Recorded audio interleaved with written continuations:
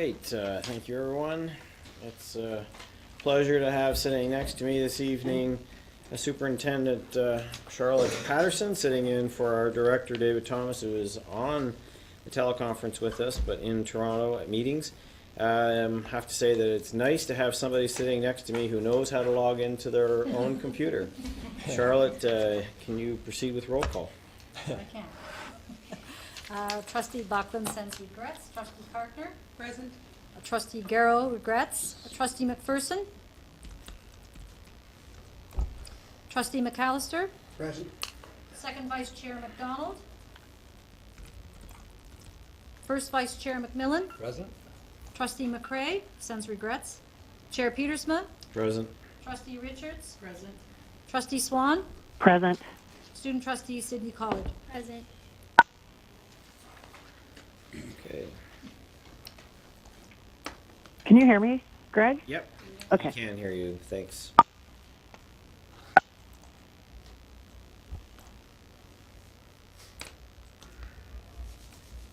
Okay.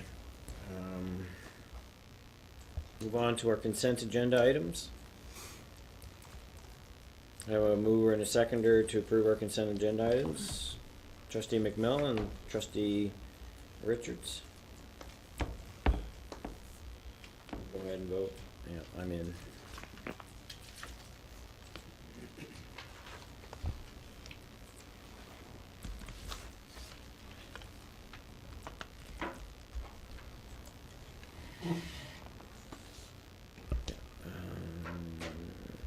Lisa, are you in favor?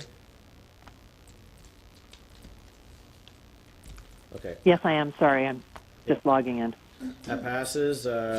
Move on now to declarations of conflict of interest. Trustee McAllister? Yes, item number 505, I believe. Okay, thank you.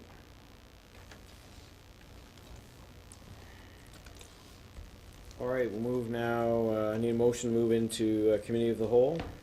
Moved by Trustee McMillan, seconded by Trustee Karkner.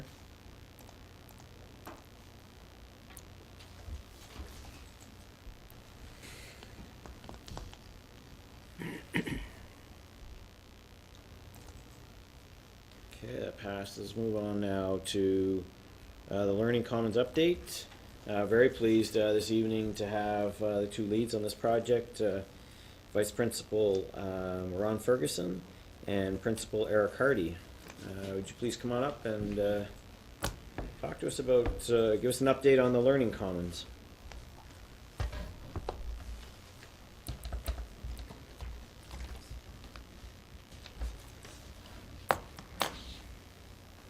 Floor is yours. So the last time that I was here with Don Lewis, and we'd talked about what we had done in our personal schools to bring along the Learning Commons. I was at the time at Packman Public School, now at Almont High School. During that meeting, we were asked to put together a baseline survey of where all of the schools are at throughout the board. So we've our managers, the Learning Commons managers, have done that for us, and we have that to present to you today.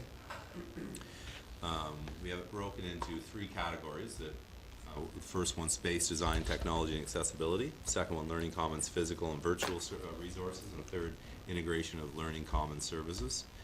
Can I just stop for a second? Can I just get you to pull your mic so that it's pointing towards you? And you might want to do the same thing. Thank you. Is that better? Yeah, thanks. And we have four categories: beginning, planning, transitioning, and implemented. And if you look at the survey data, you can see that our schools are at a variety of places in each of those.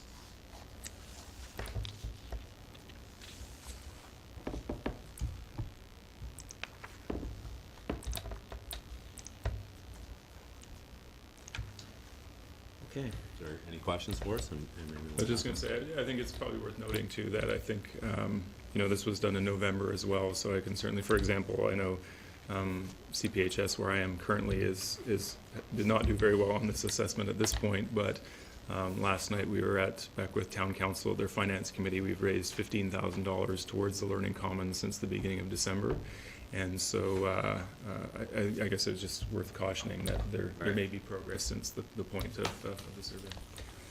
Another point to add, if you look on there as well, Almont Intermediate, school that I'm at now as well, was fairly low.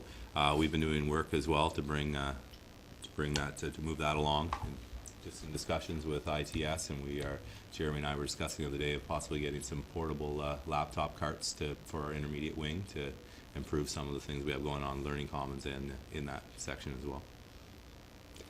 Trustees, Trustee McMillan? Through you, Chair. I don't want to talk about individual schools, because I think we could actually micromanage this and go, what's how come my school and so on. I don't want to go down that road. It looks overall like we're moving in a really positive direction. What do you see that continues to be obstacles to getting everyone on board in terms of implementing this? I think a lot of people are on board now. I think the data may sometimes kind of make it look like some people aren't, but I don't think that's the case. There's just different things going on in each school. Some people had things on their school success plan they're still working on, but I met with one of our managers, Patricia Sutherland, last Friday to talk about where things are at, and this was, as Eric mentioned, this was created in November, and she said if she was doing it again right now, you'd see significant changes in a lot of the schools. So I don't see, and she has said that she doesn't have a lot of locations where there are barriers or there's resistance. People like this, they want to move in this direction, and in all locations they are moving in this direction. So it definitely is a good news story and positive things throughout the board that are going on with it. I think it's also worth noting that with schools that are in the upper end, in terms of their rating, are in very, very good shape. I mean, I would dare say that those schools would be comparable to any school probably in the province at that point, in terms of the degree of integration and whatnot that they have. So I think the scale is also an ambitious one, and schools who are doing well on it are in very good shape. Trustee McAllister? With regard to the transition of the grade 7 and 8s to the high schools, what kind of progress have you made with that? Because that has added a new dimension, has it not, to the Learning Commons concept? I think it has. I can speak through you, Chair, to my own school, which went to 7 to 12 for the first time this year in September. So certainly as we work through the Learning Commons conversion, the intermediate and their needs are going to be obviously a central part of that. And we will certainly be looking at spending additional funds on new books and that sort of thing, new resources. And so that will also give us an opportunity to make sure we're meeting the needs of those students as well.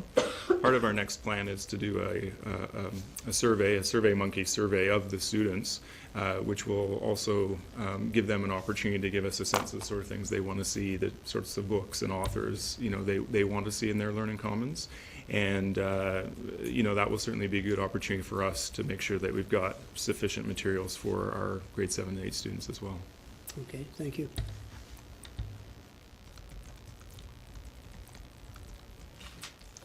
Go ahead, Trustee McMillan. Through you, Chair.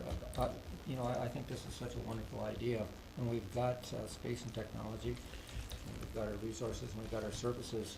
Is there evidence that we're getting more and more teacher buy-in and using this as a way of providing a valuable learning experience for the kids?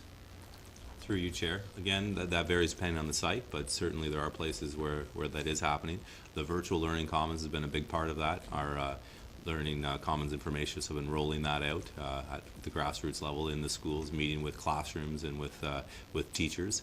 One of the interesting things as they're in there demonstrating some of the advantages to the virtual Learning Commons to the students, the teachers are in the room as well and watching that, and then you see, in my school, you see that carrying over in some of the classrooms as well and using that as a resource, a place to go first.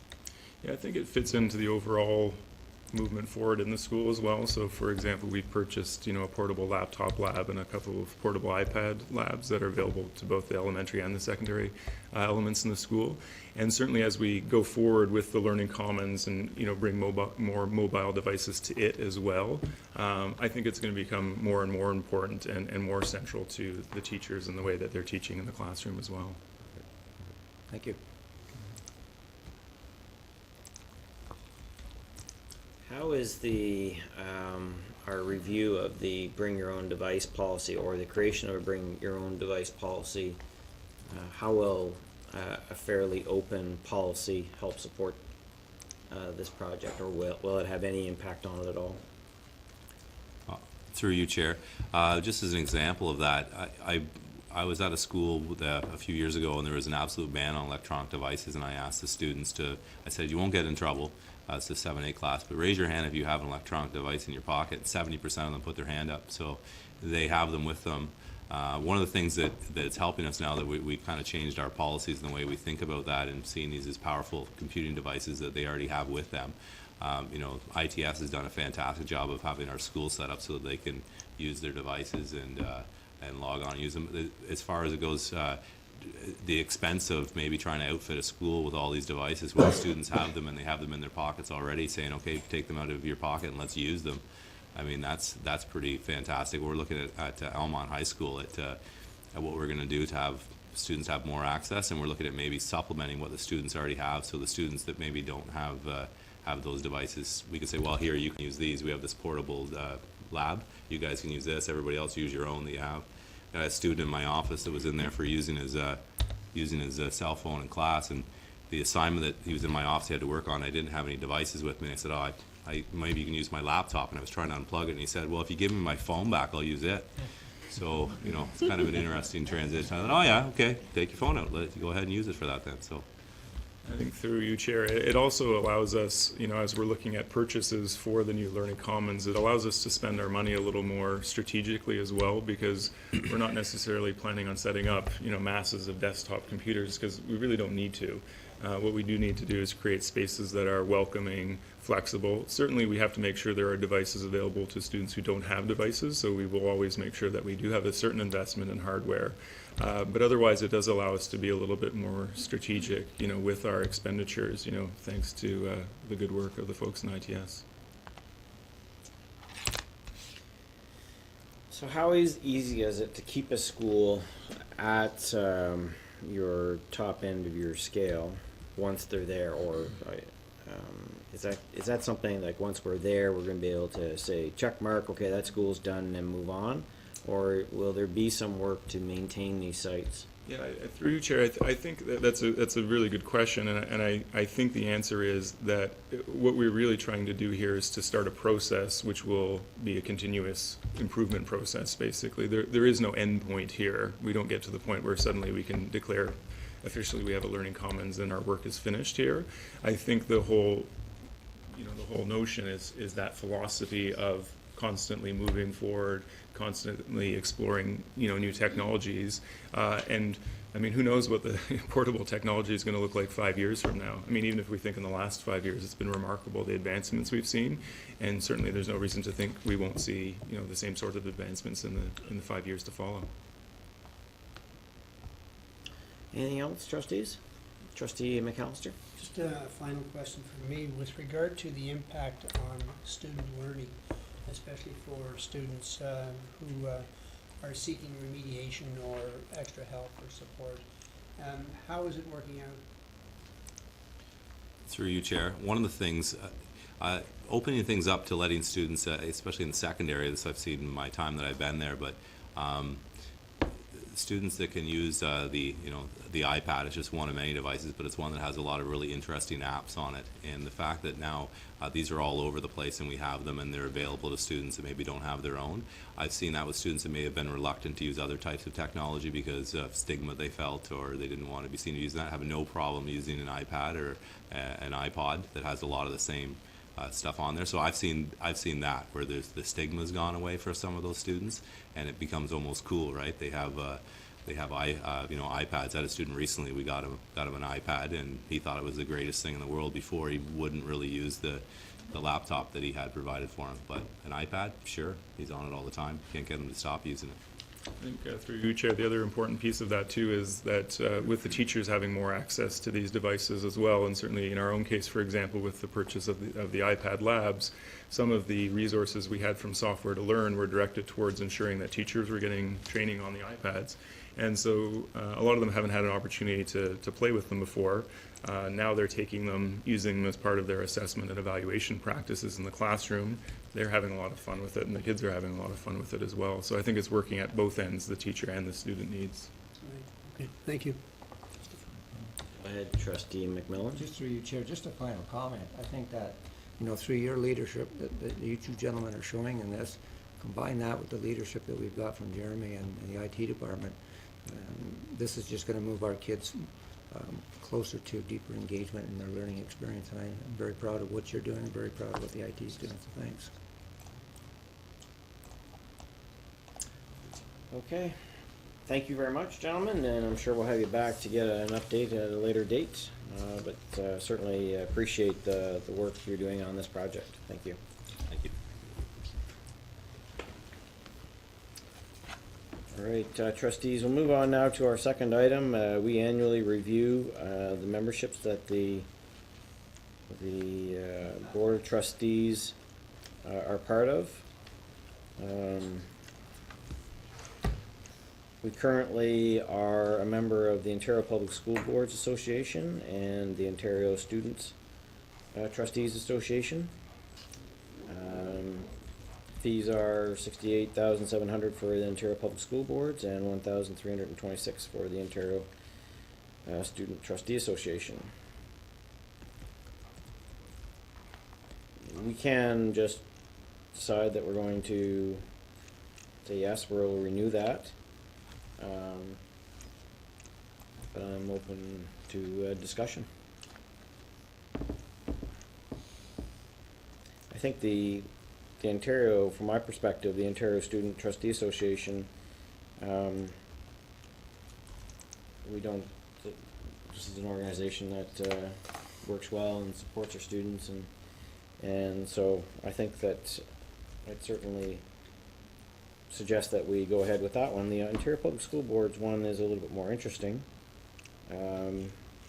As we move forward and wrap our heads around its role and the landscape going forward, I don't know that we would want to maybe wait to approve this amount, or what you're thinking, whether we just do it and discuss. Trustee Karkner? I feel that we should continue our association with OPSBA. First of all, we have four trustees at this table who are involved in OPSBA at the provincial level.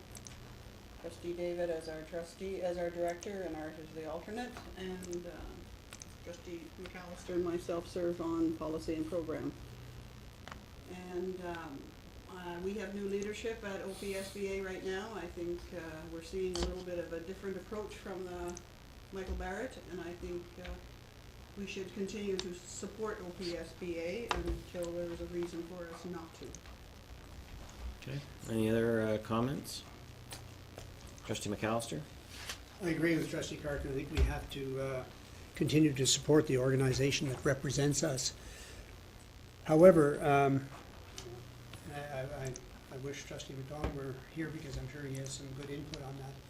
But I do think that I would like to see us work towards contributing to a change or a modification of the direction that OPSBA takes and will take, and that it be more representative and that more representative of school boards, and that it perhaps be more forthright in its leadership role in taking direction. Okay, Trustee McMillan? No, I certainly agree with what both Trustee McAllister and Trustee Gardner said. I think our involvement in this organization certainly is deep, it certainly is rich, and it has brought us rewards. But I do agree with Trustee McAllister in that there needs to be a little more bite in this organization, a little more leadership in terms of representing all of the boards in Ontario, in the not only in the present fight that we're involved in terms of local representation, but in other areas as well. Okay, this would just at this point be a recommendation to board, and it would come forward in 2 weeks, so we would still have an opportunity to hear from Director McDonald at that time if he had anything to offer. So I'll look for a mover then. Trustee McMillan, seconded by Trustee Karkner. That the Upper Canada, that Committee of the Whole recommend to the Upper Canada District School Board that the memberships of the following be renewed for 2013-2014. The Ontario Public School Boards Association and the Ontario Student Trustees Association.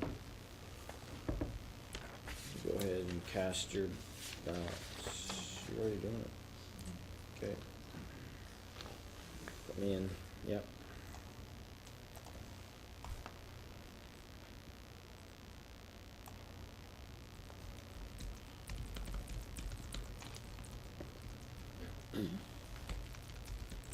Okay, move on now to the next item, which is the trustee area.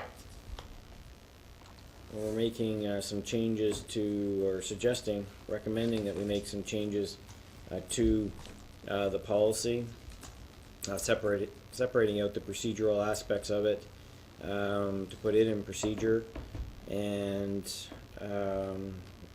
have the policy language more in keeping with policy language. There are certain things that have been removed because it's no longer relevant. Superintendent of Business Gales or Director Thomas, would you like to add anything? The mute button. Just be nice. This is technology I really understand. Okay, so do you have anything to add, or was that it? No, I think you've got it all, actually. Okay. Are there any comments or questions? Trustee Karkner? I think this is just continuing in the way we are approaching policy and procedure now. It's clarification, and policies don't need to be long and drawn out when they are actually talking about procedure. So I think it's a good move to be doing this. Okay. All right, can I get a recommendation, a motion to recommend this policy 312 trustee honorarium to the board? Trustee McMillan, trustee Richards. Go ahead and vote. I'm in favor.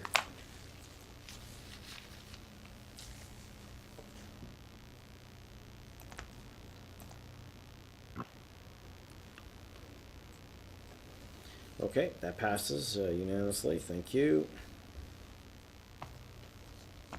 Okay, we'll move now to the status update on extracurricular and co-curricular activities. Mr. Coombs, this is your portfolio. You want to bring us up to speed? Certainly, thank you, Mr. Chair.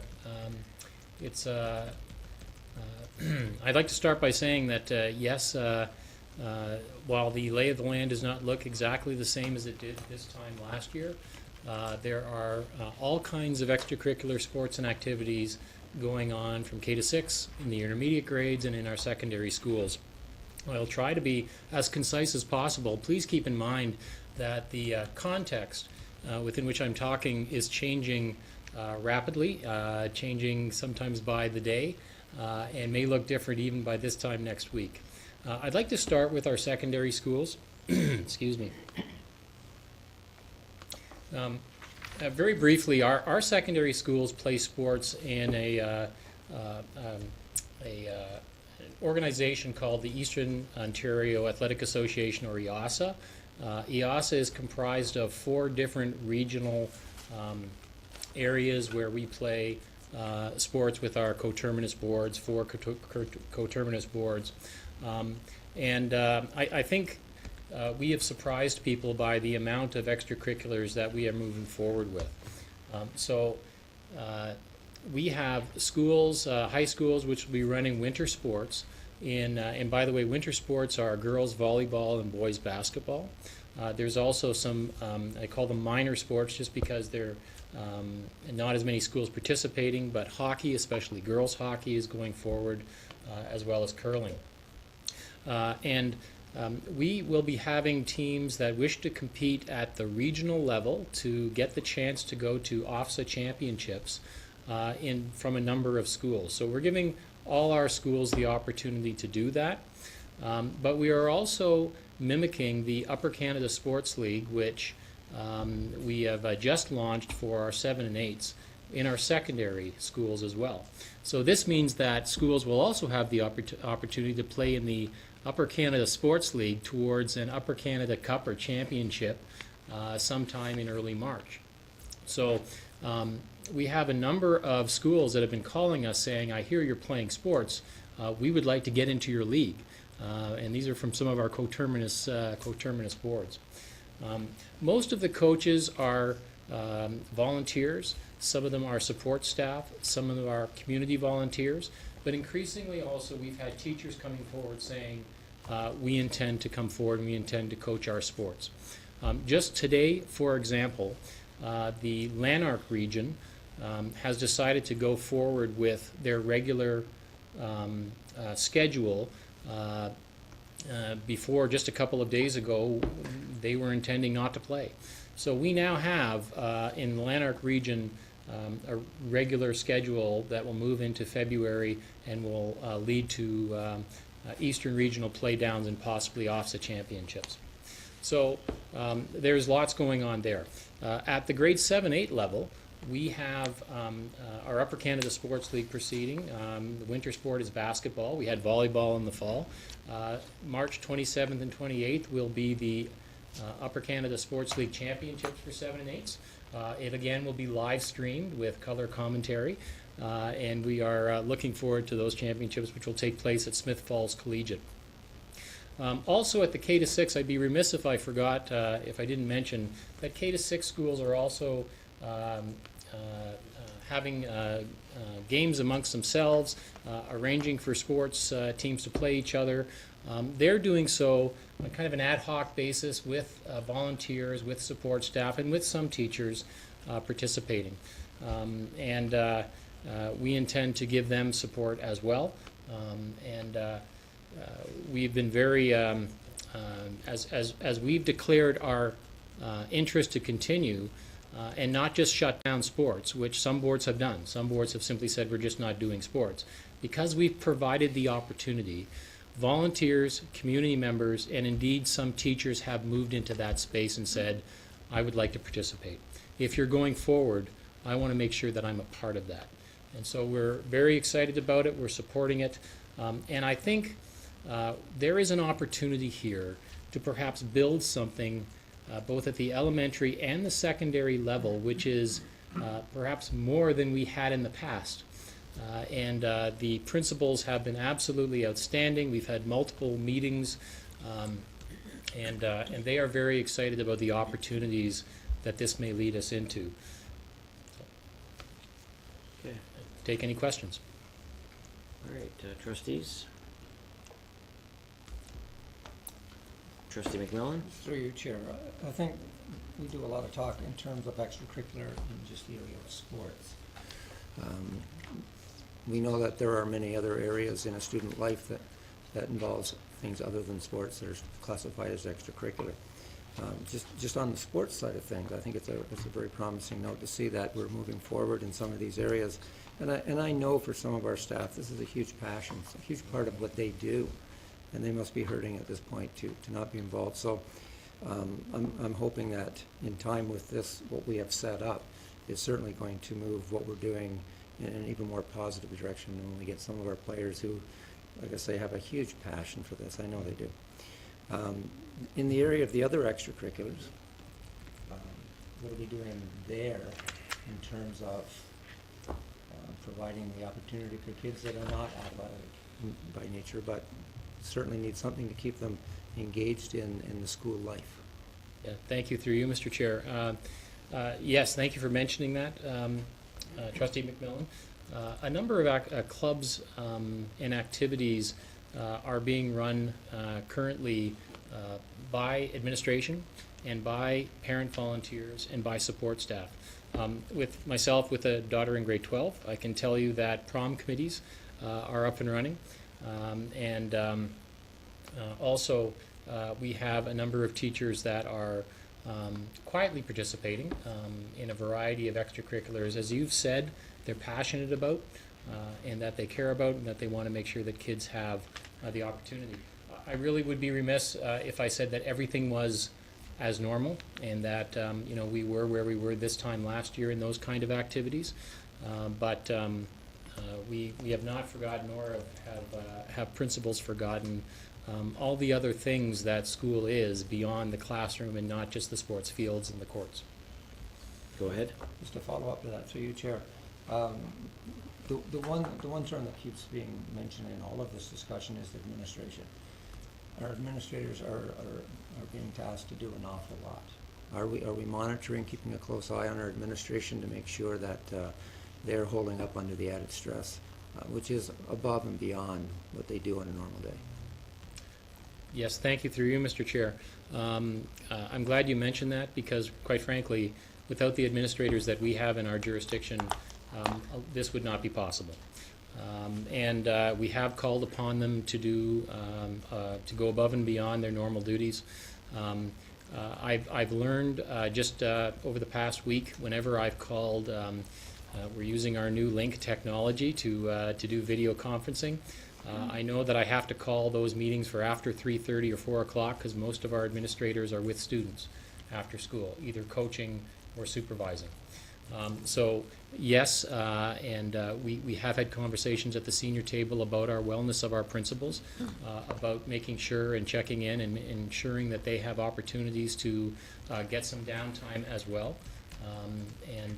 But I must say that before the board stepped in and started to do some central organizing of the sports, for example, the principals were already working on it. In fact, they were contacting me early on in January saying, I've got a template for a schedule.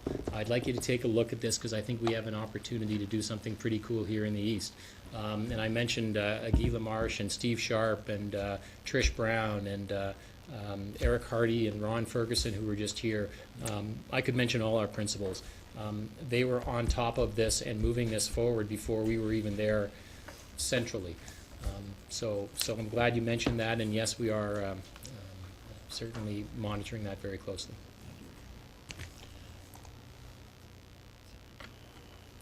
Student trustee Collard? Through you, Chair, I just have a comment to add. I have sent out a message to the student senators to make sure that if they see their principals or vice principals running around hectically, to ask if they do need any help, and a lot of them will decline because it is exam time for the students, but the senators are senior students that can be counted on by their administration. So I have told them to ask their principals if they need any extra help with anything, and I do believe that most of them have and are. Yes. That's good.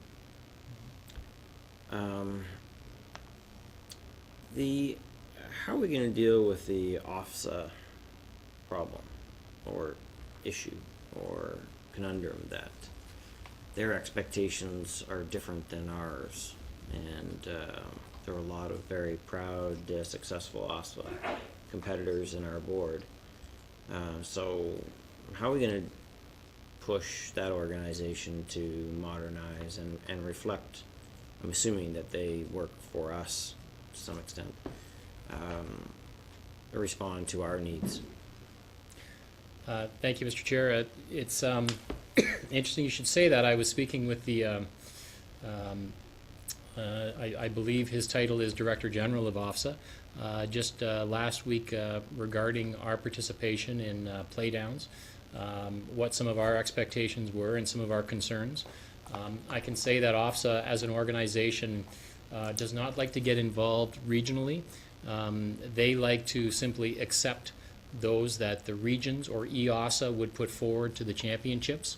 The conundrum is that these 4 regions, and that would be Lanark, SDNG, Prescott, Russell, and Leeds and Grenville. These are the 4 sports regions, send their representatives to the EOSA or Eastern Regionals.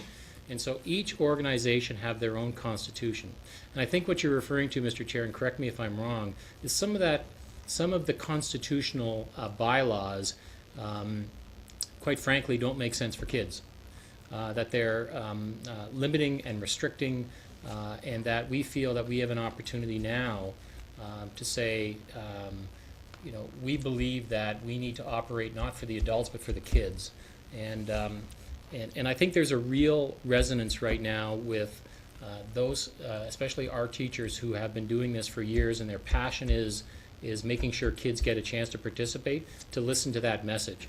So if we can get local associations to change their constitution, their bylaws when it comes to this, And EASA will listen to that, and OFSA will simply accept who the regions put forward towards their championships. So I think we have a real opportunity, for example, in Lanark with that organization, which is now going to get up and running with teachers. I'm going to go up and meet with them next week saying, ladies and gentlemen, we have an opportunity here to do something I think better for kids. Now is the opportunity to do that. Now is the chance. So I really do see this. I'm excited about the opportunities that this, while it's disruptive and it's not good for kids, I think there are some opportunities to move into some spaces where before they were very hesitant and resistant to go. And the different expectations when it comes to supervision? The expectations, believe you're referring to, Mr. Chair, are about having a teacher on the bench.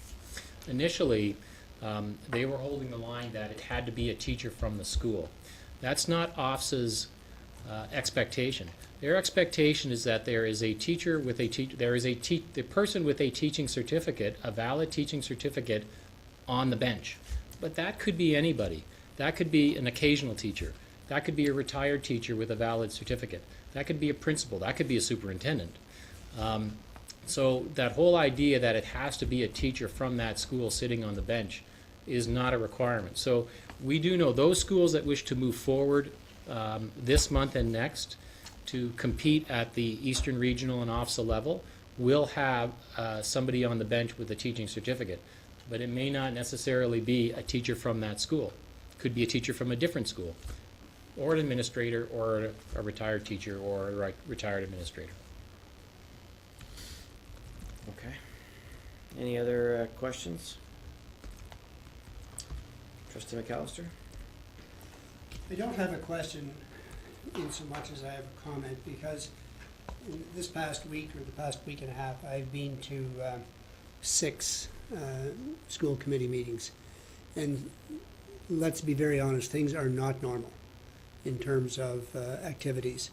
And yes, while principals are doing their very best to pick up the slack and provide leadership where they can, there's only so much that they can do, and I feel that that this is distracting from their primary role, which is to encourage teaching for learning. So we are experiencing, this has been a very difficult period for boards with the introduction of Bill 115 by the present government, to the point where the boards have been sidelined more or less, because the fight has been between the unions and the government has withdrawn the free collective bargaining, of which we are an integral part, at least of which we should be an integral part. I'm just wondering, Chair, through you have an inkling of a motion that I am considering. Would it be appropriate?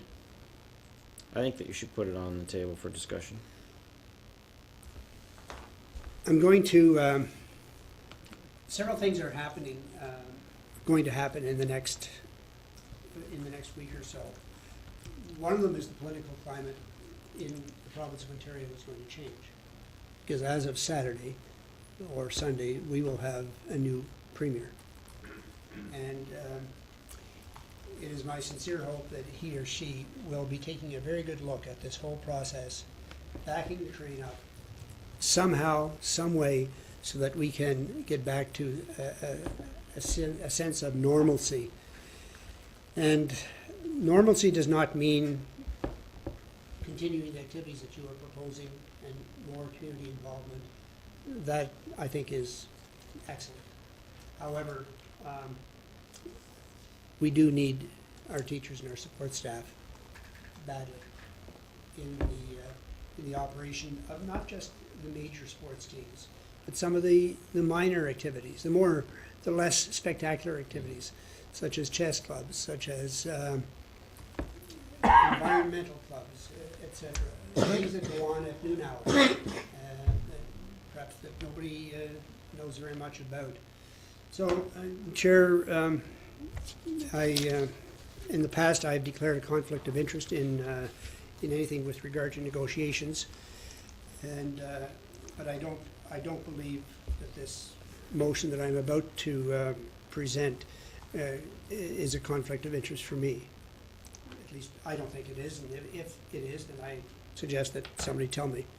But the motion that I am going to put forth at this time is that the Upper Canada District School Board encourage the new Premier, the new Cabinet, and the Legislature as a whole to modify the impact of Bill 115 with the view of reviewing the collective bargaining process in the hope that teachers and support staff, time and energy permitting, will resume voluntary activities.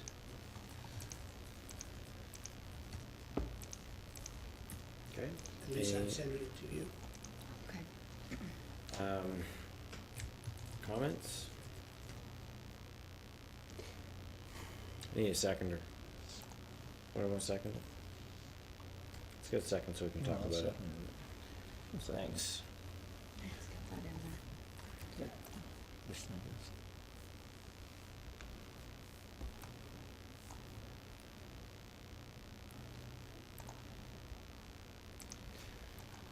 Yep, go ahead.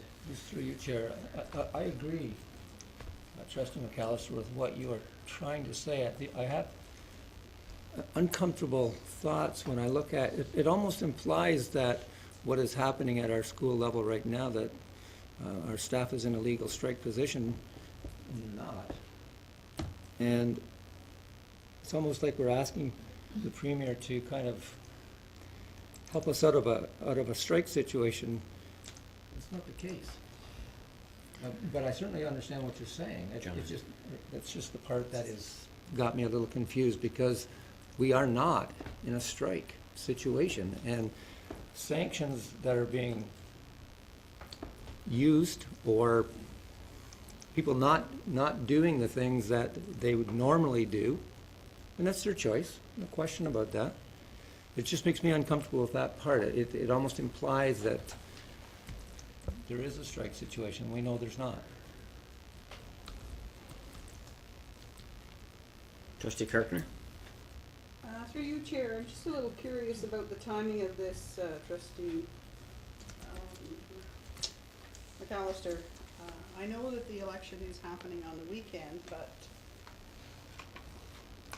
if we were to lead this to the next board meeting and we see just what direction they're possibly taking, I know you want to jump in there right at the beginning, but I think I'd like to wait and see, and perhaps bring it up at the next board meeting for a further discussion and vote when we see what is coming, because it's changing daily. Otherwise, whether the new Premier will jump in and change things immediately as well, I don't know. I don't see it happening, but I'm concerned about the timing. Would it be more effective if it read more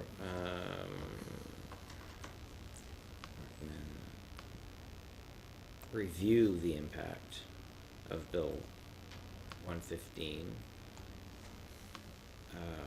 with the view of mitigating some of the negative fallout or impacts, something more along that line? I mean, I think that's more or less what you're trying to drive at, is that you want them to not just, Tuesday, Monday morning to wake up and start worrying about something else. Like, their work isn't done. They've got a lot of work to do here, and as much as we want to be part of the solution and solve this, that there's a big piece to this that they're going to have to help us out. I'm certainly open to that change in wording. If I might respond to Trustee McMillan. Yep, go ahead. I don't for a minute suggest that the withdrawal of services is I don't know what, I don't agree with what you're saying anyway. That's not my intent. My intent is to exert a little bit of pressure and to display a little bit of leadership, which has been lacking perhaps at the provincial level, so that our students are better served, and that whatever it takes, whatever it's going to take, whether it be a review, a modification, somebody's going to have to fix this, and it's not going to fix itself. And I certainly, for one, don't want to live with this for another 2 years. And with regard to your comment, Trustee Cartner, I understand your willingness perhaps to wait. However, I don't think there's a lot of waiting that the new Premier and the new Cabinet can do. They're going to have to act on this. And if they see that there's some support, at least from a board such as ours, and that support might grow, I think that this would be an excellent time to display that kind of leadership on our part. We're not suggesting what the solution is. That's going to be up to the new Premier and the new Cabinet, but we want them to start acting on this as soon as possible.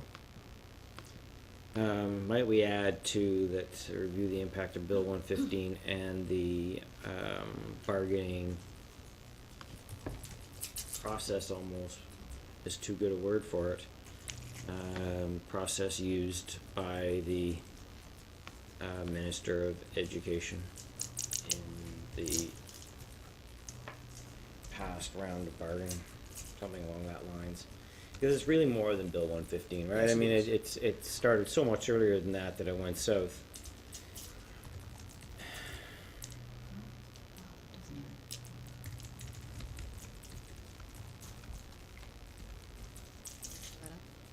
Yeah.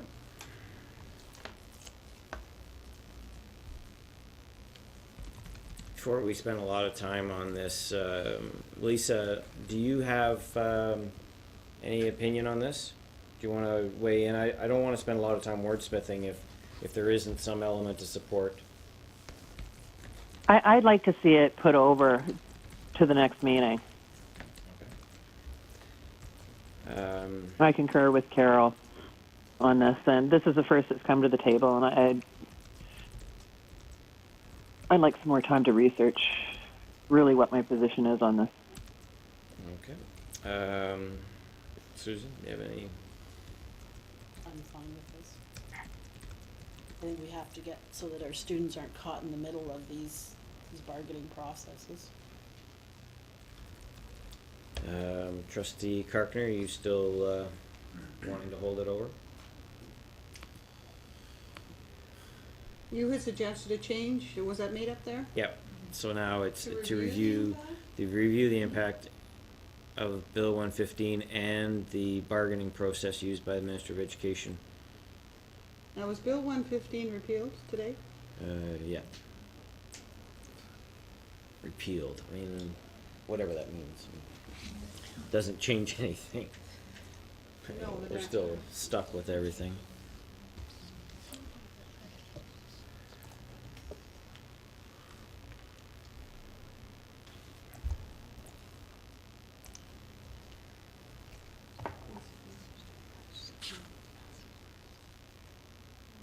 I like that better than what was there before.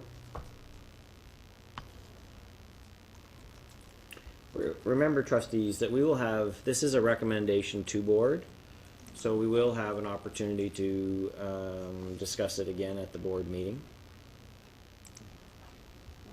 Yes, that's true. Trustee McAllister? Just on a procedural point, Chair, if it is, and I think it should be discussed, obviously, at the next board meeting, because I did make up the motion at the last moment, and if I would rather table that motion until the next meeting rather than see it defeated, because I think it still needs to be addressed. So, and given the fact that we have a fair number of trustees who are not present, I'm quite willing to table that motion. Your book handy there? I'll go get it.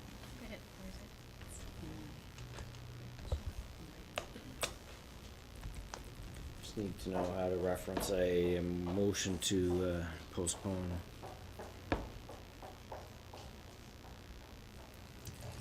Go ahead. Right now, we've removed the part about the extracurricular stuff out of there right now. we've left out what the negative impact is. Before we had that in there, that it, how it was affecting the volunteerism. We don't have that in there anymore.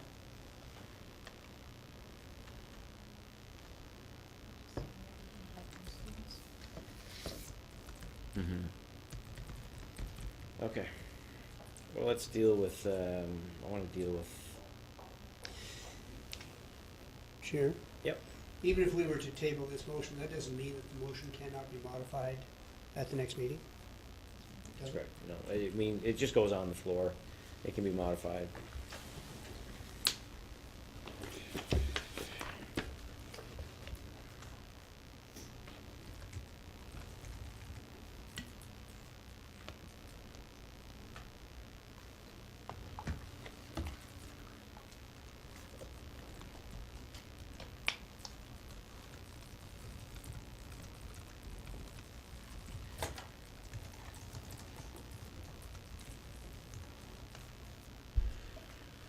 So, Trustee McAllister, you're putting a motion on to postpone until the next committee of the whole meeting? Is that correct? Correct. Do I have a seconder? Trustee Richards? Any debate on the timelines? That's all that's open to debate. Moved by Trustee McAllister. Yep, go ahead, Trustee Carpenter. If it's brought to the next committee of the whole, and it's approved there after discussion, 2 weeks later it's at board or that same night? If we have unanimous consent, we can put it on the board agenda that night. Okay. It was moved by Trustee McAllister. For the postpone. Mm-hmm. Second by Trustee Richards. Okay, any other, let's go and vote on that then.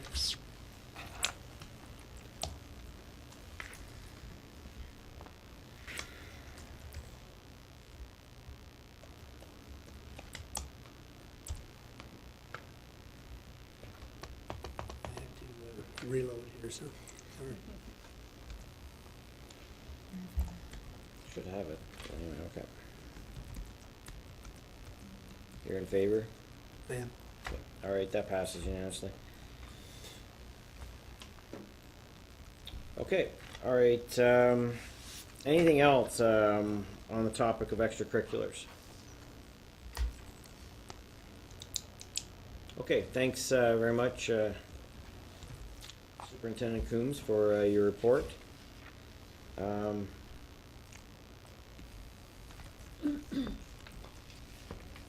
Move on now to our next item, which is the special education program benchmark review. That's what I have next. Is that right? Yep. Superintendent Edwards, floor is yours. Thank you, Chair Peterson. And trustees, we're really pleased to share this report with you. I know that Victoria Hemming is also on the line, and we'll be sharing parts of this report. The purpose of tonight's report is for Victoria and I to update you on the 2012 Special Education External Review. I'm going to begin by giving you and providing a bit of background for this report, and Victoria will speak to the current report, and then we'll both speak to the different areas for consideration within the report. The board's strategic plan outlines a very clear vision to move forward with a commitment to prepare all students for a successful life. As a board of trustees, you've continually demonstrated openness and transparency to change in order for us to meet this vision and to be the board by which others are measured. With respect to special education, this has been demonstrated by the following past reviews. In the fall of 2004, an external team completed a comprehensive review. Amongst other initiatives from this review was the restructuring to our current learning resource coach model, which continues to serve our students very well. In 2007, the same external team conducted a follow-up assessment and reported on the implementation progress of the 2004 report. Following this 2007 review, we restructured system special education supports to a family of school approach with a student engagement teacher lead as a lead. intentional resources were put into place to assist schools with their unique learning needs to support high achievement for all students in their schools with a focus on assistive technology training and students with autism. The goal of the current report, which you, the 91-page report attached to your agenda, was to benchmark key Upper Canada District School Board elements with 2 other geographically and demographically similar school boards. I'm now going to turn this over to Superintendent Victoria Hemming, and she will speak to this review. In the review, the auditors noted a number of areas where UCDSB was showing promising practices, and they included the 3-year professional learning plan, the system determination of resource staff, which is a formula approach using a needs index, their teaming model, and responsiveness to schools. UCDSB also identified what they thought were initiatives making a difference, included embedded school professional learning plans, the role of the student engagement teacher, high needs training projects, the school-directed technology plans, and the collaborative inquiry model achieved through the HUBS process. During the review, the auditors also noted that the internal silos identified in the 2004 and 2007 Special Education Program and Services reviews were not evident during the 2012 benchmarking review. The auditors also noticed and recognized UCDSB for the work that it has started to do in the area of children and youth mental health services, and for starting to lay the foundation for the broader system changes with their community partners in the 4 geographic areas of the board. 2 areas of note discussed as exemplary practices by UCDSB was the very effective collaborative inquiry process called HUBS, and also the work that's being done with assistive technology, the way to support students with the use of technology within the classroom. The review also identified some areas for consideration, and we've listed those below. The first related to the financial aspects of the funding for special education and the expenditures. Any changes that we anticipate could or might come forward in the future would affect all of the 3 boards that we looked at in the review, it could potentially in a negative fashion. What the benchmarking project does provide is some alternate models in some of the areas of the services that could be investigated in the future should the need be to look at that. Susan? Yes, another area for consideration was our SEAC, and the auditors reported a very, very good working relationship with our SEAC, and that our SEAC takes its role very, very seriously. An area which needs continuous work is ensuring that we have representation from provincial associations. And I believe the SEAC policy and procedure that we recently passed in the early fall or June will assist with us with helping with getting membership from associations. But advocacy for membership is important and something that we all need to work collectively to ensure that we have the voices representing all of our students with special needs at the table, our SEAC table. Victoria?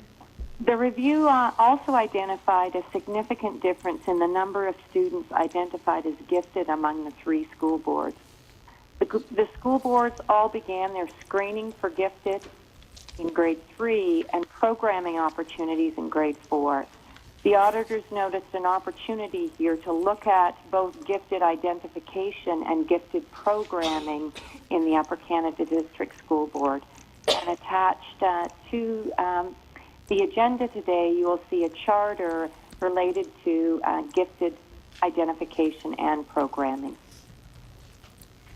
Susan? Speaking to charters, you will also see a charter which speaks to the adolescent learner. Again, to the inquiry for us to strive for world-class learning going on in our classroom, an area the auditors said we might want to explore more deeply are the needs of the adolescent learner. And attached to the agenda, a charter has been developed to make evidence-based decisions about the adolescent learners, particularly in the area of development, academic, and social needs. Victoria? In their final summation, the auditor certainly commended Upper Canada on the work that it's done in the area of special education programs and services, and the work that has occurred over the last number of years in the wise use of resources, both financial and human.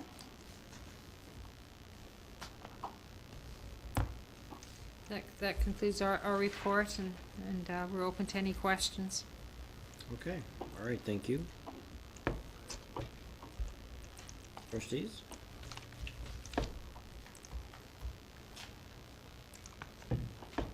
Trustee McAllister? Hello, Greg? Yep. Chair? Mm-hmm. I just wanted to ask a question in regards to students identified as gifted. And I'm just wondering, have we determined what are the revised protocols going to be for identifying these students? Through you, Chair. Mm-hmm. Go ahead. Lisa, we have actually identified the revised protocols. Dr. Jim Sophia actually did a complete revision on the screening protocols for gifted, which we brought forward in November of this year. And we believe that the revision of those protocols, which is actually benchmarked across a number of school districts in the province, will result in a slightly larger number of students being identified as gifted. Thank you very much, Superintendent Hemming. Trustee McAllister? I'm somewhat confused, Chair, because I sit as a member of the SEAC Committee, Special Education Advisory Committee. I'm also on the Living Well Focus Group. Could you explain when did mental health become part of the delivery of spec ed services?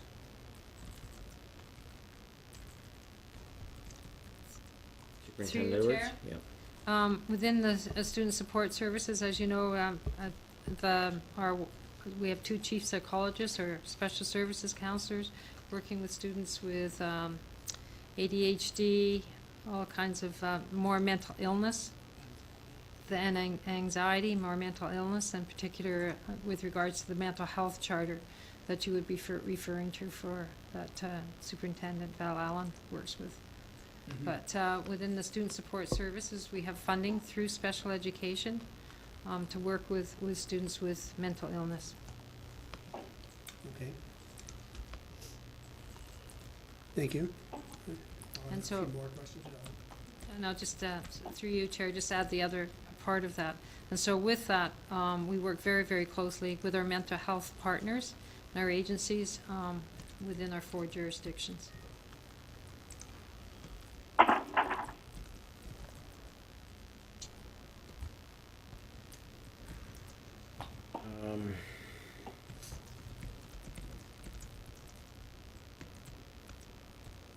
Trustee McAllister?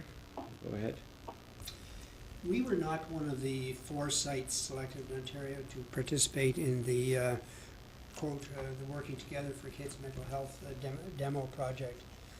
And the mental health lead position is to be phased in the next 2 years within our board. Do we have a plan for that yet? Go ahead, Superintendent Edwards. Yes, through you, Chair. The Upper Canada Board currently, we have, through CCAC, Southeast Lind, has employed just recently, we have 1 mental health nurse. And Upper Canada is part of it is a 3-year plan for rolling out. We do receive the mental health lead for next year.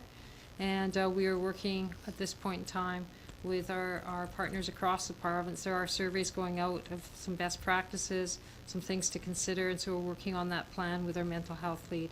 But it was part of our 3-year plan for the rollout from the ministry, and we are in year 3 for that.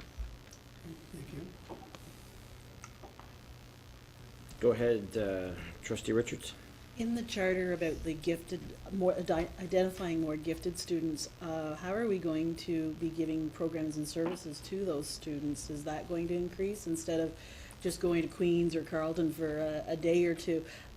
You know, when you're identified, it needs to be built into your daily program, not just a little trip every once in a while. So do we have plans to be able to increase that programming and those services that we offer to those students that are identified gifted? Superintendent Edwards? Yes, through you, Chair, most definitely. And Victoria, I'm not sure if you heard Trustee Richards' question, but it was with respect to increasing the programming through the charter and those opportunities for the gifted. Yes, through you, Chair. We do actually in the charter outline some of the opportunities that we see going forward, and we will be completing a current state assessment by the end of February with respect to the actual programming aspect and looking to a definition of a future state which would open up opportunities for actual programming opportunities for students who are identified as gifted versus, as was discussed, the enrichment opportunities that certainly are very valid enrichment opportunities, but are enrichment opportunities offered through Carleton or Queens.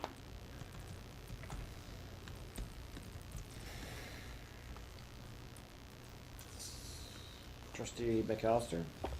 I'd like to ask a question with regard to section 13.2.1 EQAO results. And I quote from the recommendation that the biggest area of concern is with regard to EQAO is at the secondary level, where more attention needs to be given to the low achievement in grade 9 math and the decline on achievement in the OSSLT.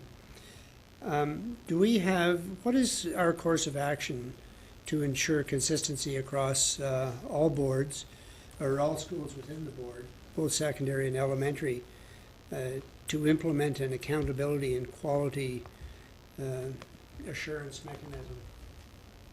Superintendent Edwards? With respect to 13.24 with EQAO, I know Victoria will add to this, but one of our approaches that we've been working very, very hard on, and actually has been also pointed as a best practice, is through our hub work. And we do bring that data into our collaborative inquiry, into our hub work, which takes place every Tuesdays and Thursdays, and our high schools are involved with that. And Victoria, you may have something further you want to add to that.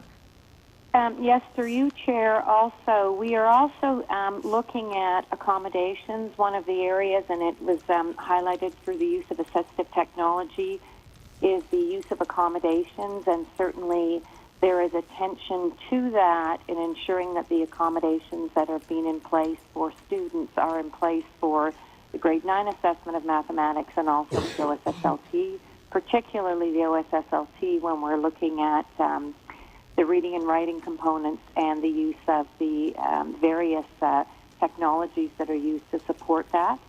So we have identified that, and we have brought that forward in some of the OSSLT work that the families of schools are doing through the collaborative inquiry going forward.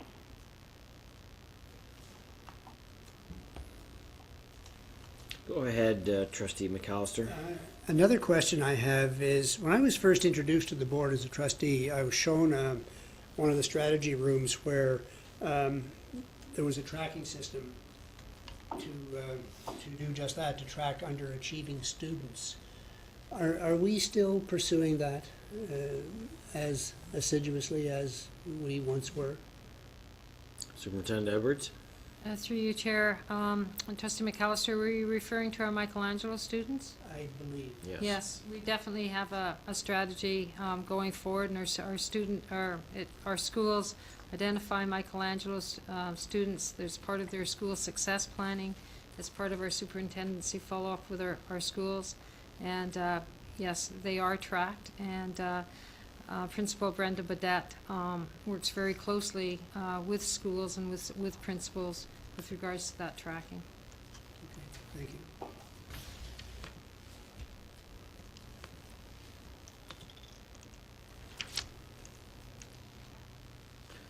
With respect to the gifted programming, the objective in your Charter E49 is to enhance the identification and programming opportunities in the inclusive learning environment. how does this fit with the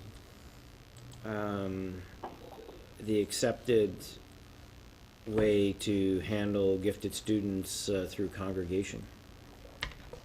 I mean, that's how, if this were Toronto, that's how they deal with gifted kids. They use congregated classes. I guess it's one of the few ways that we congregate kids for anymore. But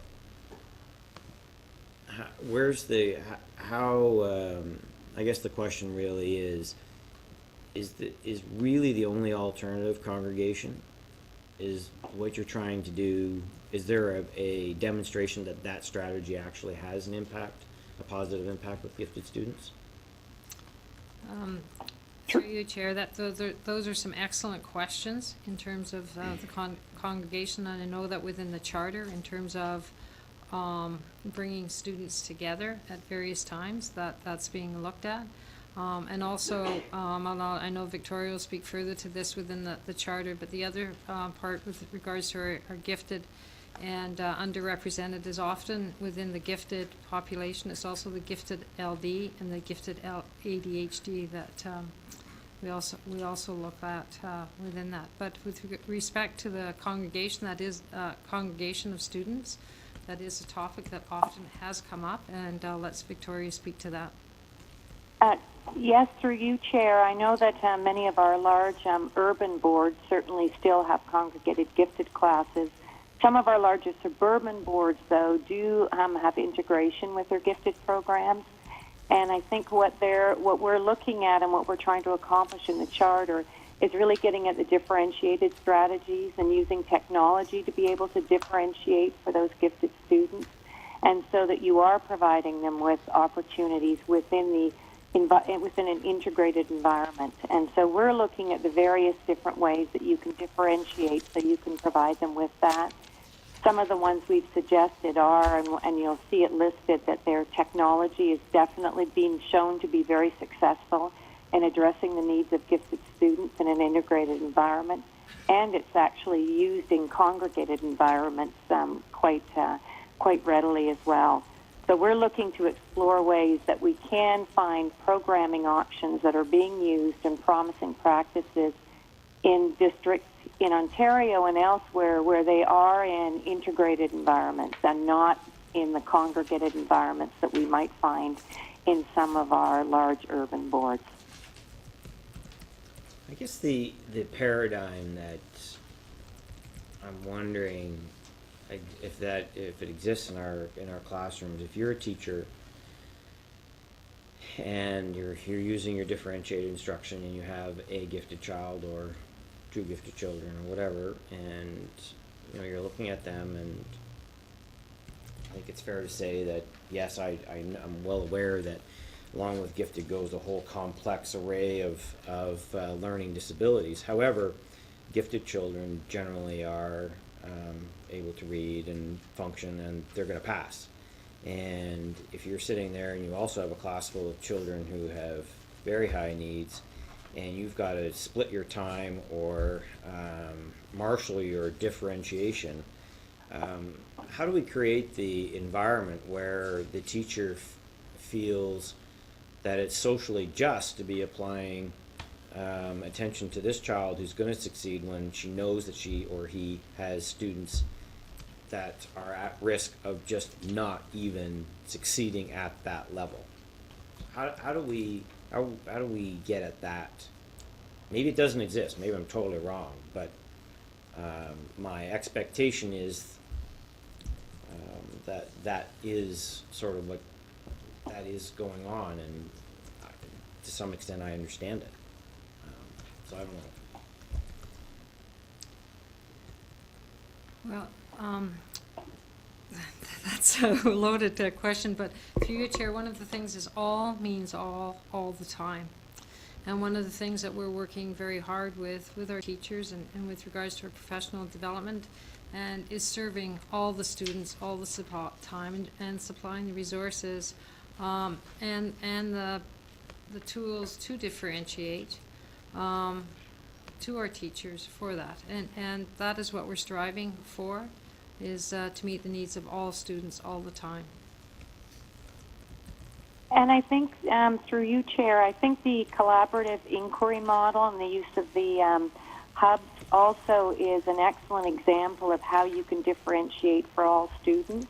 And that works exceptionally well for students with many, many different types of identification, included gifted students. So I do think through work that's being done with the hubs, through the intended work that will be done with project-based learning and problem-based learning, that you really can actually work to meet the needs of all of those students. Go ahead, Trustee McAllister. There's reference in the report, the audit, to the behaviorist model. I'm wondering how it would work in the following situation. Let's assume, hypothetically, that we had an epidemic or a mini crisis of self-mutilation amongst a certain group of students in a certain age group and in certain schools. How would our behaviorist model work in this situation to deal with those students? Superintendent Edwards or Superintendent? Well, through Okay. you Chair Petersman, somebody on. First of all, we have within our schools, we do have our SST, a student success support team mechanism, which is initiated through the principal, and so that we do have system resources and wrapping of care and resources around students for various needs. So the short answer to that, the first answer to that would be on an individual basis, or perhaps if there is something that's taking place at the school level, they would call in regional support help through our chief psychologists, as well as their regional staff, such as our special services counselors, and then also reaching out into the community where that might be taking place. But we do have we do have a plan in place right now. And that is our student support team mechanism, how our schools access supports. Okay, thank you. Trustee McMillan? Just through you, Chair, I just want to go back to a previous point we were talking about. When we talk about all means all, that implies a deep understanding of differentiation in our classrooms. And I understand, and I'm reluctant to talk about hubs because I haven't been to one and I'm planning on going to one tomorrow. I understand the collaborative inquiry process is incredibly effective when it is happening, when the teachers are engaged. My question is, do we have any evidence that there is a follow-through or a carryover of what they are doing in hubs into the classroom so we can see, for example, differentiation happening on a day-to-day basis as a result of a hubs experience? Or are we getting people going to hubs having a wonderful opportunity to see how it can be done, no reinforcement back in the classroom to actually see it happen? And that's my question about that, because differentiation is the key to the gifted side of this as well as all sides. All means all, but it only works if the classroom teacher has a deep, and I mean a deep understanding of differentiation. Superintendent Edwards? Many answers to that, and absolutely, trustee, and as you said, in terms of the follow through and the so what happens when they come back? Is it happening in the classroom? Mm-hmm. And as superintendent of school effectiveness, as we're going through, we see many examples of the follow through back within the classrooms for teachers getting together. Some are using that they would still use the term a PLC. Model of getting together and collaborating back at the school, but we often talk about it's what happens between the hubs that matters. Mm-hmm. And we have the focus on our student work and the focus on our conversations with the teachers, and then as we go forward with our larger scale assessments and various things like that, we have evidence that way. And I know that Superintendent David Coombs is itching to jump in here. Perhaps I could. Was it that obvious? Superintendent Coombs? Thank you, Mr. Chair. Through you. Yeah, just to carry over on Superintendent Edwards, I'm really glad this was brought up by Trustee McMillan. Sort of in the old workshop model where, you take teachers, you send them to one location, you in-service them and then you hope when they go back that they apply what they've learned. We used to call that the spray and pray model.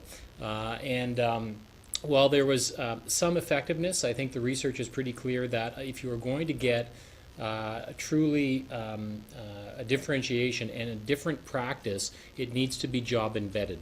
It needs to happen in the classroom where the teaching actually takes place.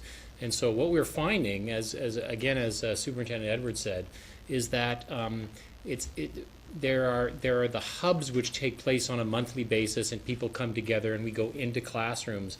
But there's also what we call the mini hubs, or the experiences that principals arrange with their staff during the month, and then they go to the hub and they have another experience, and then they go back into their schools and try it all over again.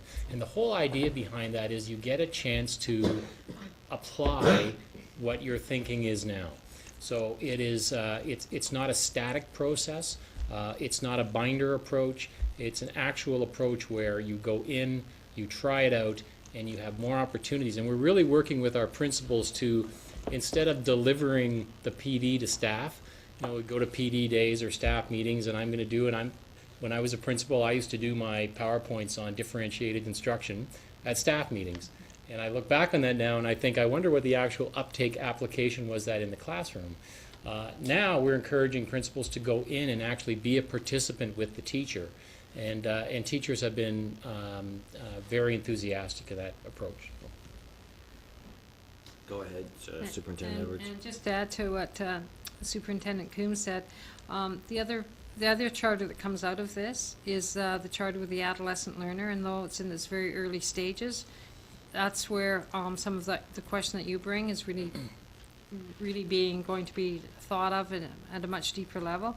And so such things as project-based learning, a type of approach is really being discussed and looked at that, because we know that we need to engage the adolescent learner starting at 11. Otherwise, they start to emotionally drop out, socially drop out, and then physically drop out. So this charter really ties in a lot of what you were talking about there. Trustee Richards? Concerning that charter on the adolescent learner, special education budget pays for services to students that are identified through the IPRC process or with IEPs. When we start getting into things like the mental health issues and the adolescent learners, these are more wider, more broad throughout the board. Is there money that's being put into the spec ed envelope to enhance the money in there to, I know how it all sort of merges into one, but is there money that comes into the budget to help pay for some of this stuff instead of competing with that money for those students with the high needs that are, need EAs and need special programming and special equipment and things like that? Superintendent Edwards? Through you, Chair, those are good questions. Superintendent or Trustee Richards.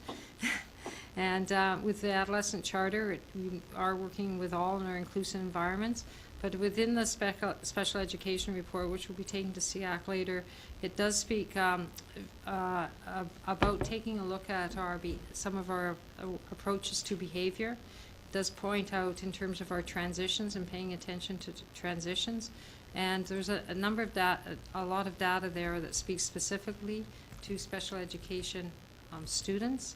But to your point, whether with respect to budget, are we pulling from other areas to address that? Those are things that we'll have to take a look at. Go ahead. Because when you look at the report, they do talk about in the budget area where the other two boards that we were compared with, they actually put money into their spec ed budget to help with some of the needs, where our board, it's pretty neutral. So I'm wondering if maybe there's more that we could be putting in to help with some of those extras. Is there anybody on teleconference that wishes to get involved in this conversation? We're all right. Go ahead. Is that you, Trustee Buckland? Well, I did have a practical question. Yes, Buckland. Yep. Go ahead, Trustee Buckland. What is the maximum number of EAs that you could cope with in a standard classroom with differentiated instruction? Superintendent Edwards? There's no magic number. That our educational assistants we have a very needs-based index and needs-based way of deploying EAs based on the needs of the student. So we don't say that it's 2 EAs or 5 EAs. It's based on the needs of the students in that classroom. Thank you so much. Trustee Richards? On page 15 in the report, it's taking our numbers of students that are identified through the IPRC process that have an IEP, which would always have an IEP if you go through that process. Also with the number of students that we have that have IEPs but have not gone through the process. And it's really interesting to see that our board, when you add those two together, we have 33.5% of our total enrollment for spec ed students with IEPs, where the other two boards are 14.8 and 20.3. Why do we have so many more students with special needs in our board based on these other two boards and with provincially? I think that we're way above the provincial average for students with special needs. Superintendent Edwards? Yeah, that's a good question, and that has been historical within our board and going forward. And you do not need to have an assessment, an IPRC, to have an IEP. And we've really many schools have taken the approach, and we're taking a look at our IEPs through family school IEP reviews to take a look at were they just put into place for EQAO, or are they true accommodations, and are the IEPs being followed? So that we certainly believe that if a student needs an IEP, an accommodation, or strategies to assist them to access the curriculum, then that's great. But the real question is the IEP being used all the time? And we are conducting right now IEP reviews, and our special education team is working with the family and schools to address some of the issues that you have. But the other point is that with regards to our assessment, we do not have a waiting list for our assessments, because we use our assessments if we have the data to address the students' needs. We don't necessarily push it to an IPRC. Go ahead. Just to follow up, you mentioned that we're conducting an IEP review right at the moment. Do we just do that periodically, like every 2 or 3 years, or is it done every year? I noticed at least one of the other boards did an IEP review every year, probably pulling out sample ones from different schools to see that they're being written and followed and all that. Do we do it yearly, or are we just doing it maybe every once in a while? Go ahead. Chair Peterson, we've done it every 2 years. We've done an system approach. What's different this year, so we did it as a system last year, where exactly what you said, we pulled out 10 sample reports. We had students, members of SEAC, and principals come and take a look at it system-wide. What's different this year is we have taken that same approach because they were rich with data and rich with many questions that came out of it that we really needed our schools and our LRC and our principals and our teachers to take a look at. And what we are working at right now and have started is to take an IEP review process to each family of schools. So each principal brings a team of 3 or 4 teachers together for a day to take a look at that, take a look at their IEPs and work through them as a family of schools and ask those questions to have more rigor put into our IEPs. So with regards to rolling it out through the system, going through all families of schools, we anticipate this approach making a difference right down at the family level, family of schools level, and being completed probably not till about Christmas of next year as we work through all the families of schools. Thank you. Any other comments? I have one final one going back to the gifted programming charter. In talking to parents of gifted children, there is a apathetic, maybe low expectations, maybe another way of framing their approach. And I guess if I, am to say I mean, I'm pleased that we have a charter. I guess one of the things that as a parent I'd be drawn to is I'd look and I'd see and yeah, okay, that looks interesting. And then I'd have a scan over at the budget line and I see that you really haven't allocated any resources to it. I might wonder how serious we are if we're not actually putting any money into it. So how do we ensure that we can convince the parents of our gifted students that we're serious about pursuing this and improving this program without allocation of some resources? Superintendent Hemming? Yep, through you, Chair. What we had intended to do was go to that section after we finished our current state. The need for our resources will come after we've done our current state review, which is taking place now, and then do the model for future states, because that gap analysis is going to be where we will see the types of things that we would need to put in place, and that's where resources will come into play. So when we go back to that charter after we complete the current state, then you could expect that you would see that there may be resource dollars allocated there after that component has been completed. Okay.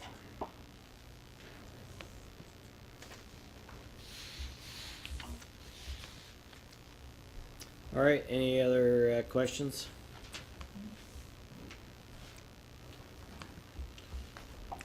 Let's do.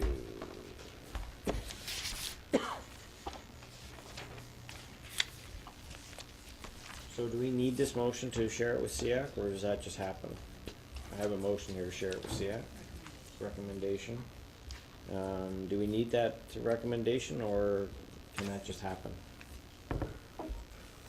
I can take it to SEAC. I don't know that we need a recommendation, do we? I mean, that's why it's there, right? I'm pleased that it came here. I think that's good. I'm glad that it came here. And then goes to SEAC. I think that's the way we like to see it, but I don't think we have to send it to SEAC. I think we're confident that it'll go. Are you okay with that? You okay with that? Did we want SEAC to make any comments on it back to the board, or are you just sending it there for them? I think we'll let them use their expertise. I mean, I haven't sensed any sort of any concern that's arisen that we might want them to reflect on at this point. So, okay. All right. Thanks, everyone. Thank you, Superintendent Hemming. Nice job working on the phone there and working together online. That almost looked like you had practiced it. It's pretty slick. You taking notes there, Director, or are you napping? I'm napping.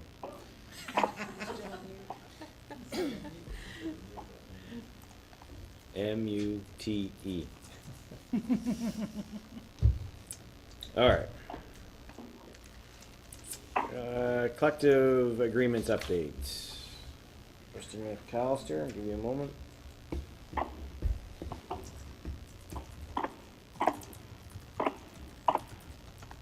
You're a model colleague, Superintendent Patterson, and the floor is yours. Well, thank you very much.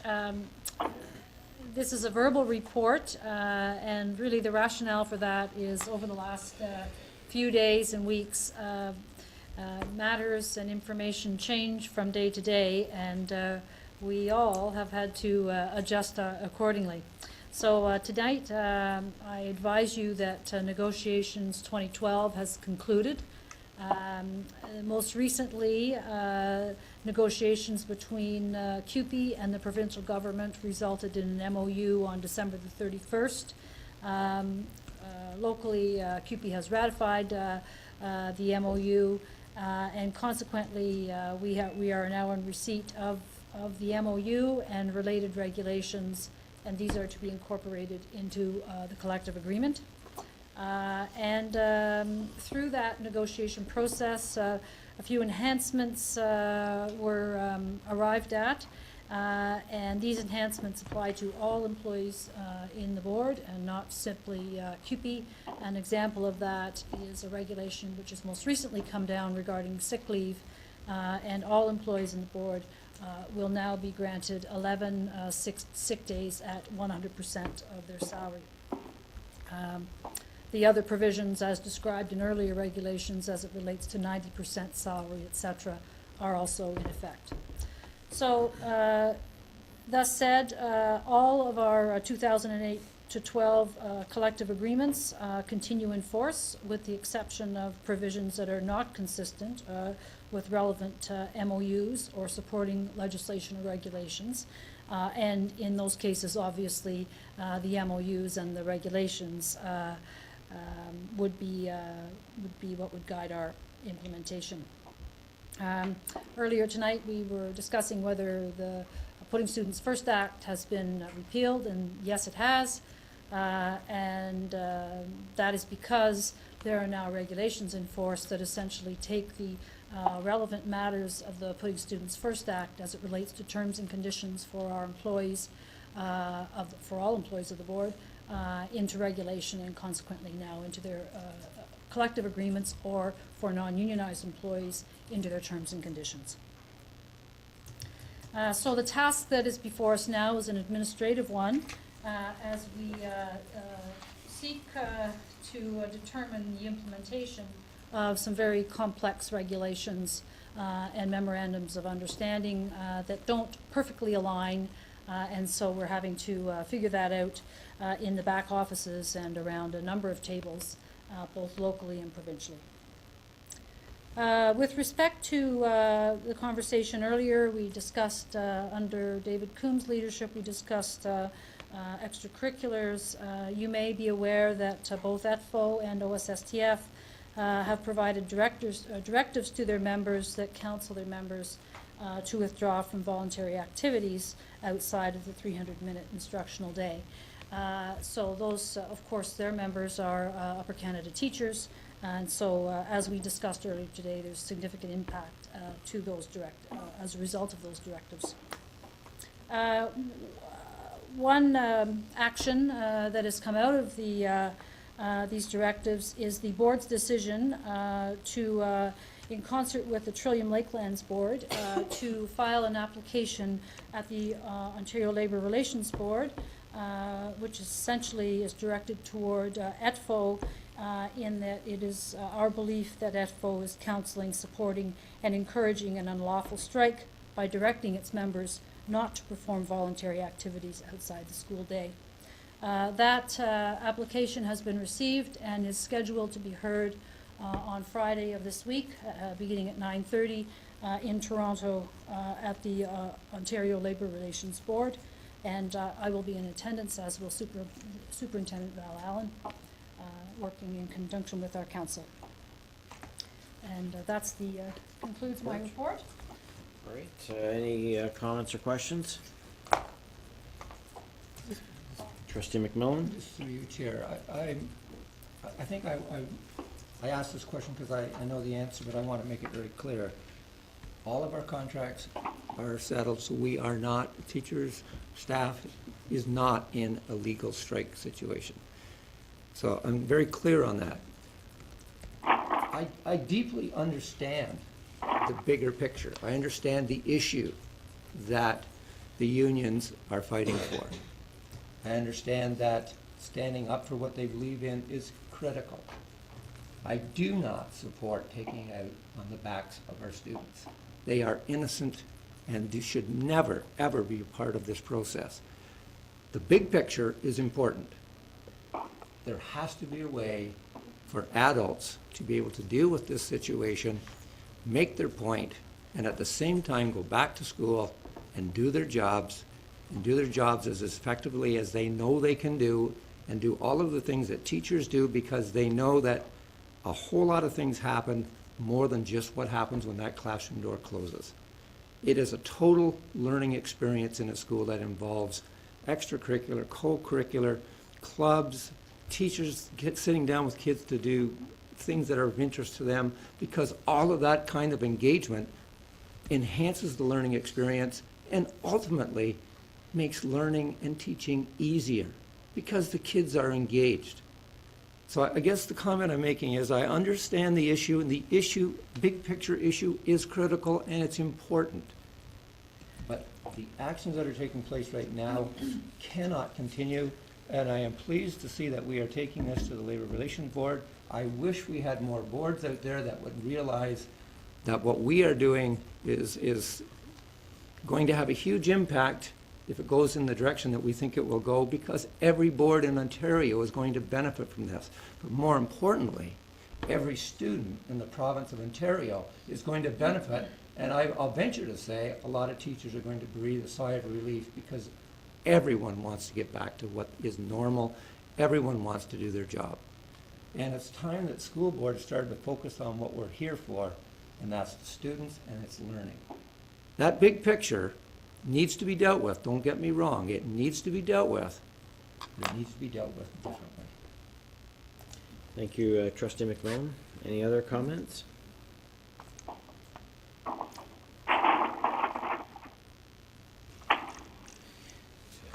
Okay, Terry, can you grab, thanks everyone. Thank you, Charlotte, for that.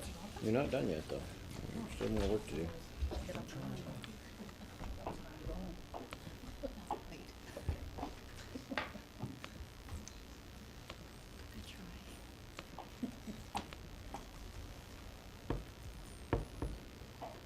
Okay, that concludes the committee of the whole section of our meeting. I'm looking for a motion to move back into regular board meeting. Trustee Karkner, Trustee McAllister.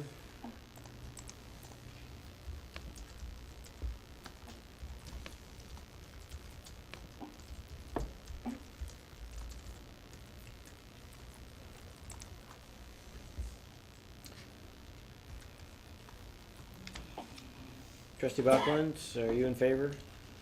Yes. Okay. Trustee Swan? Yep. Okay, great, thanks. That passes. We'll now move on to our report from private session on January 9th, when contractual matter was discussed and no recommendation was brought forward.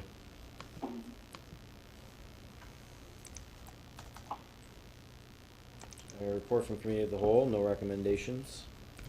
Any comments or questions? Okay, now move on to our student trustee report. Thank you. The floor is yours. Thank you, Chair. Before you, I have the December report as well, because I had regrettably missed that meeting. December 14th was the second Student Senate meeting of the year, which is in Kemptville. Director David Thomas, Allison Grange came and spoke, and also in attendance were trustees Jeff McMillan and John McAllister. It was, we kind of had put aside what we wanted to discuss at the first meeting, and we put aside what we planned to discuss for the second meeting to discuss more about Bill 115 and the teacher's job action and how students were feeling in their schools, because the senators had voiced that they were really concerned and didn't know what was going on.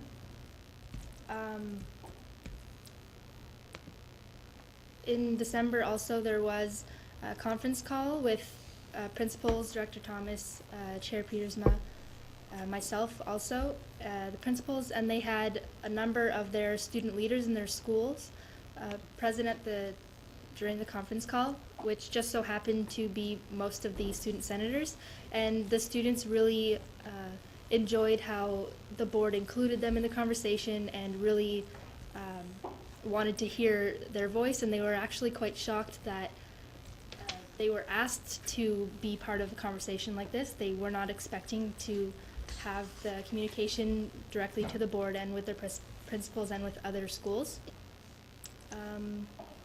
In January, there was a Facebook page created called UCDSB Students Against Bill 115. It's basically just information about what's going on from the students. It was created from students that attend South Granville District High School, in their senior grades, one of which is a student senator. I have been made an admin of the Facebook page just to ensure that it is adequate and it it represents our school board properly. So we've also had many OSTA meetings through the Adobe Connect online, so Ontario Student Trustee Association, and they plan to send out a, quote, student council guide to bringing back extracurriculars, and they were shocked to hear that our school board has already been in, we've already been having conversations about extracurriculars, and a lot of the other student trustees have not heard anything about that at their board tables. They were quite shocked to hear, and I was personally shocked to hear that only last Sunday was the organization willing to talk about sending out a guide like this. I thought that it would have been sent out a while ago, but our school board should be receiving that sometime soon. Next week, I'll be attending the 2013 Public Education Symposium in Toronto. I hear that there are other trustees attending as well. Also, I would like to extend an invitation for the next Student Senate meeting on February 15th in Kemptville. Our theme is Jersey Day. It should be very interesting. And we also already have a member from, or a representative from CMHA, so the Canadian Mental Health Association, coming to talk about teen suicide, and the seminar's labeled Suicide Talk, so statistics and stuff like that that these students wanted to hear. And that is it for my report. All right, thank you, Student Trustee Collard. Any questions? Comments? All right, thank you. Art, do you have a comment? Well, I thought it was quite a cogent report. Thank you. We did too. And thank you, Student Trustee Collard. I understand that you're going to slip away and go and do some studying. Yes. Good luck. Thank you. I was never good at it. So you're there. Sweet. Okay, full day, everyday kindergarten. Director Thomas, you with us? Yes, Greg, I'm here. Good. And it's been inspiring, and Charlotte looks pretty comfortable in that chair as well. People are commenting that it's kind of quiet up here. Oh, really?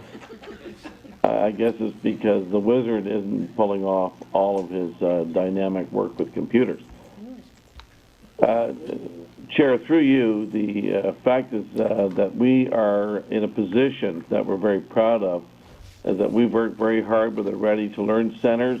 We've got a number of things happening throughout our board, and we are really prepared to move forward with an advance of what we thought we were going to be able to do, and that is create Ready to Learn centers, full-time kindergarten centers in our schools throughout Eastern Ontario. I think our principals are looking forward to this, and it's going to be a real opportunity for us to build upon something we're very proud of, and that's our commitment to our youngest through to our oldest students in the Upper Canada District School Board. And so with this sort of service of understanding to our trustees, is that we'll be able to say next year that we'll be going into every one of our schools with an all-day kindergarten-style program. Thank you. Yeah, I think this is certainly rolling out this program faster. I think is good for our communities. We've seen the benefits, and I think all our communities will be pleased. Trustee McAllister? Question through you, Chair, to the Director. Director Thomas, will the ministry funding follow accordingly? Trustee McAllister, through the chair, we're not sure where the ministry funding is going to go, but we do understand that it's necessary for us to move forward here for all of our schools, and the principals of our schools have said they're ready. I believe our moms and dads of Eastern Ontario are ready, and so we're going to do everything we can, and we're going to assume that the ministry will fund this as well as they've done every other program we've had. And I think the best example of the ministry's confidence in us is the fact that they have taken our board and said we can build 2 schools in our board, and this is quite a significant contribution to our understanding that we can pull this off. Trustee McAllister, through the chair, this will not be easy, but we're going to work very hard to do it. The full funding for all the positions will come in place for the 2014-2015 calendar year, regardless of whatever the minister decides in the meantime? That's correct. Okay. Trustee Karkner? I'm pleased to see this, and I'd like to, through you, Chair, ask the Director if there is a communication plan to this effect. It's important that we get this into the public's hands as soon as possible. We have our communication director here, Mr. Simser. Do you have anything you want? Is there anything you can share, Mr. Simser?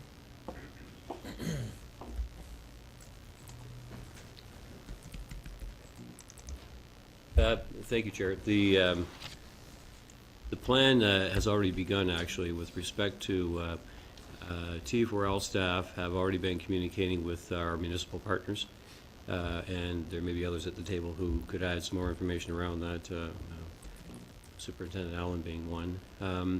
So that being the first point of contact to make sure that our partners are aware of it. So we certainly began addressing that right away. There will be an internal communication going out to all staff tonight via a news release. That release then, of course, would go to the media. And but there will be a further plan as we get closer to knowing a lot of the details and facilities. Mr. Hobbs could also provide some detail with respect to how that's going to roll out. Okay, thank you. I want to add something, Superintendent Allen? Through you, Chair, I'd also like to add that we are currently in the process of updating our online registration site, which will go live on the 28th of January. And so we're adjusting that site so that all parents from all schools can see this information on that website, where a lot of them access the registration point for their children.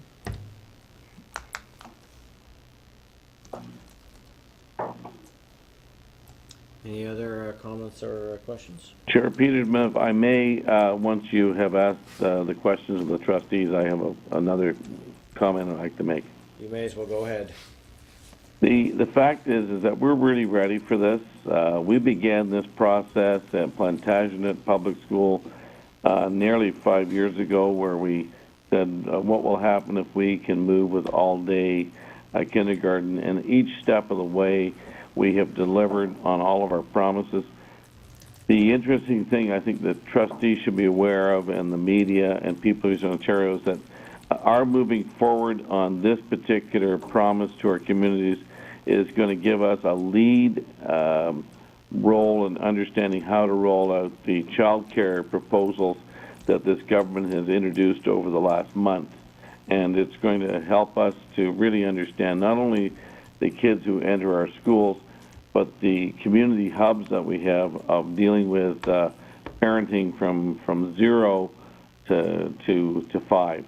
And we're going to be looking at ourselves as how we are involved in school and child care, and this will help us to really be an advanced leader in this area of understanding child care and how it's connected to junior kindergarten and all-day learning and to the whole elementary panel. Okay. All right. Thank you very much, Director. That'll be great news for our communities. Move on now to notice of motion. Serve notion of an addition to our board bylaws, Article 516, trustee work sessions. This is just a notice, and we will be able to discuss and debate this at the February 13th meeting. Report from Special Education Advisory Committee. Trustee Richards. Thank you.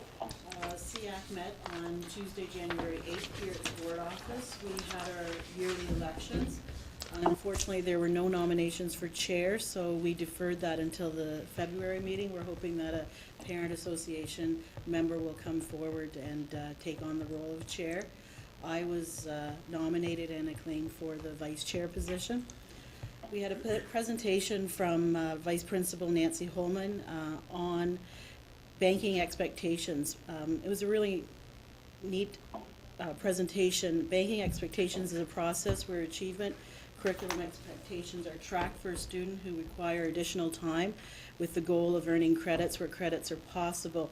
It was kind of, if you have 10 expectations for the credit, instead of them having to do all 10 during one semester, they pick the 5 that they might want to do for that semester, track them, and then they can take a second semester and receive work on the other ones, and it's not so overwhelming for some of our students with special needs. Susan might be able to explain a little better if trustees needed any extra information, but it's a unique way to have some of those students that have some issues around needing more time to get the credits.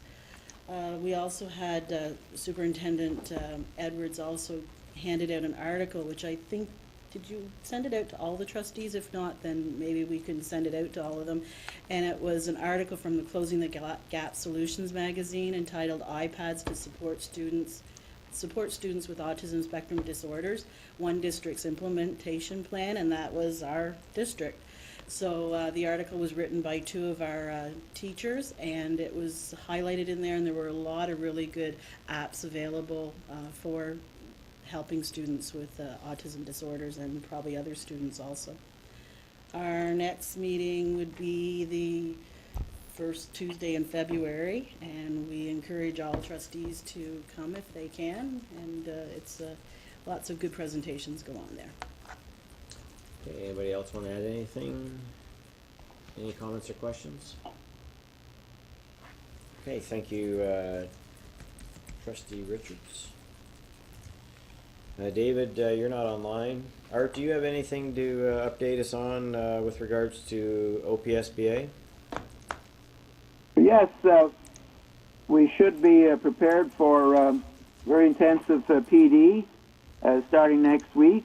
The annual Trustees Association will deal with essentially labor issues, and we expect star-studded appearances of the liberal aspirants, Kennedy Wynn, Papatello, and our own present minister, Minister Broughton, and our own student trustee, Sidney Collard, I'm sure will be there to put these people on the spot when they do appear. So well worthwhile, not just in the formal presentations, but in the gathering of informality that also occurs. To try to be there for the latest in PD. All right, thank you, Trustee Buckland. Any comments or questions? All right, Director, do you have any comments? Yes, I do, Chair. What I'd like to do is bring to the attention of our trustees and our community. A couple of years ago, when we were going through the difficult transition with the issues of Vincent Massey, and we knew that we had to make a move with that program to bring it to both central K-6 and to integrate it into our secondary school at Cornwall. We came across a very difficult situation where we found out that beyond 21, in some areas of Stormont and Dundas, and particularly the Cornwall region, that some of our kids were not served well after their 21st birthday from our program at Vincent Massey. And today I'd like to let everyone know that we created a program called Beyond 21. It was to set the seeds in place to create a program for adult people who have developmentally issues and challenges. And we began the program, we seeded it, we created a group that would oversee it. And as of today, we have received a significant Trillium grant so that program can be independent and move to a way to serve the Cornwall community in a very powerful way. And when I received that information from Tim Mills 2 days ago, it was something I knew the Board of Trustees would want to hear, that sometimes when you deal with a very difficult, demanding issue, that if you try to find opportunities in difficult issues, you will create something very, very powerful. And I believe that our Beyond 21 program now, in that particular region of our board, will serve that community for many, many years. So thank you to the people who have led that, and thank you to the people who have organized that, because this is a very powerful, positive news for that community. All right, thanks for the update on that. Director Thomas? That brings to an end our regular board meeting for January 23rd.